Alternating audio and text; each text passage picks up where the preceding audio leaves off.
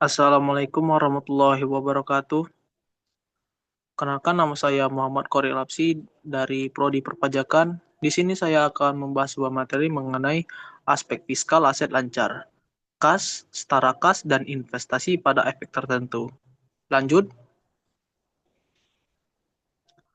pengertian kas dan setara kas. Kas adalah aset yang paling likuid, siap digunakan untuk transaksi tanpa batasan.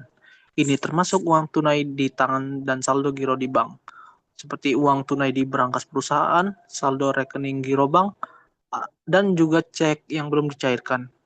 Untuk setara kas, yaitu investasi jangka pendek yang sangat likuid, mudah diubah menjadi kas dalam jumlah tertentu, dan memiliki risiko perubahan nilai yang tidak signifikan. Jatuh temponya biasanya antara 3 bulan atau kurang. Lanjut, untuk jenis kas dan skala kas.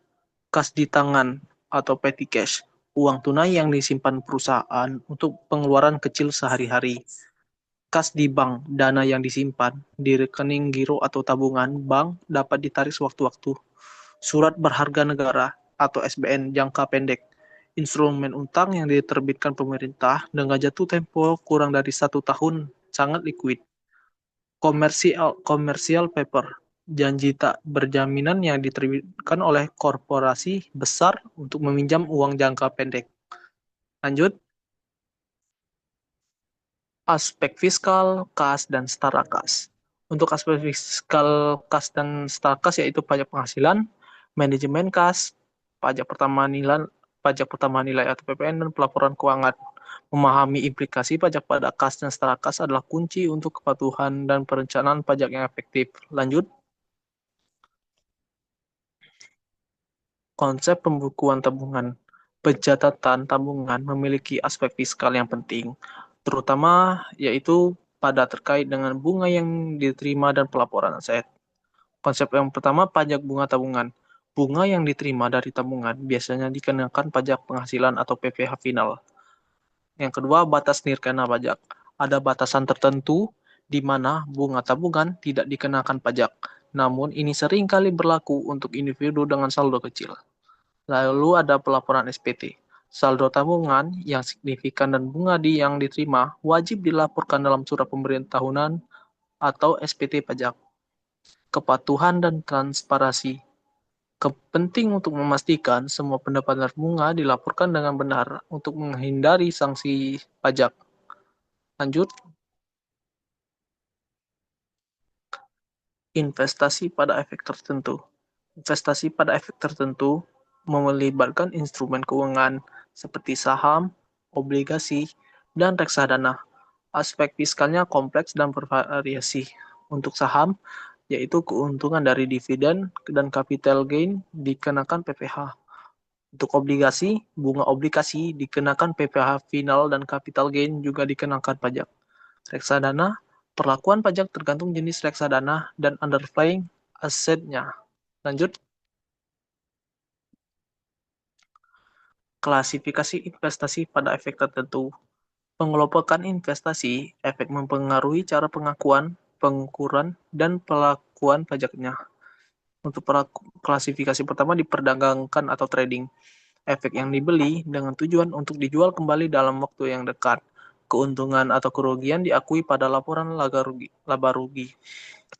Yang kedua, tersedia untuk dijual, available for sale. Efek yang tidak diklasifikasikan sebagai diperdagangkan atau dimiliki hingga jatuh tempo keuntungan atau kerugian belum terrealisasi diakui di ekuitas. Yang ketiga, dimiliki hingga jatuh tempo. Held to maturity. Efek utang yang dimiliki dengan niat dan kemampuan untuk menahannya hingga jatuh tempo dicatat dengan biaya perolehan diamortisasi. Lanjut, investasi pada utang. Untuk investasi pada utang, yaitu bunga obligasi. Bunga yang diterima dari investasi pada obligasi atau instrumen utang lainnya umumnya dikenakan PPh final. Tarif PPh final dapat bervariasi tergantung jenis obligasi dan penerbitnya, seperti pemerintah atau korporasi. Capital gain atau loss. Jika obligasi dijual sebelum jatuh tempo dengan harga lebih tinggi dari harga perolehan, maka selisihnya merupakan capital gain yang juga dikenakan PPh. Sebaliknya, jika rugi dapat digunakan untuk mengurangi penghasilan. Lanjut, investasi pada ekuitas. Untuk investasi pada ekuitas yaitu dividen. Dividen yang diterima dari investasi saham dikenakan PPh untuk wajib pajak badan. Dividen bisa tidak dikenakan PPh jika diinvestasikan kembali di Indonesia. Capital gain, keuntungan modal. Keuntungan dari penjualan saham di pasar modal dikenakan PPh final dengan tarif tertentu dari nilai transaksi. Yang terakhir, pajak transaksi. Selain PPh atau capital gain, ada juga pajak transaksi penjualan saham yang dikenakan atas nilai bruto transaksi. Lanjut, contoh kasus pajak bunga deposito. Untuk contoh yang pertama, kasus PT Maju Sejahtera menerima bunga deposito yaitu sebesar 100 juta dalam 1 tahun. Ketentuan pajaknya, bunga deposito dikenakan PPh final pasal 4 ayat 2 dengan tarif 20%. Perhitungan PPh finalnya 20% dikali 100 juta. Dengan hasilnya 20 juta. Bunga bersih yang diterima yaitu 80 juta. Implikasi fiskal, yaitu bersifat final, tidak dapat dikreditkan. Tetap wajib dilaporkan dalam SPT tahunan. Lanjut, contoh kasus capital gain saham. Kasus PT Sentosa membeli saham PT Bank Sentral Asia Terbuka dengan harga 500 juta rupiah. Dijual kembali yaitu 600 juta rupiah. Keuntungannya capital gain yaitu 100 juta.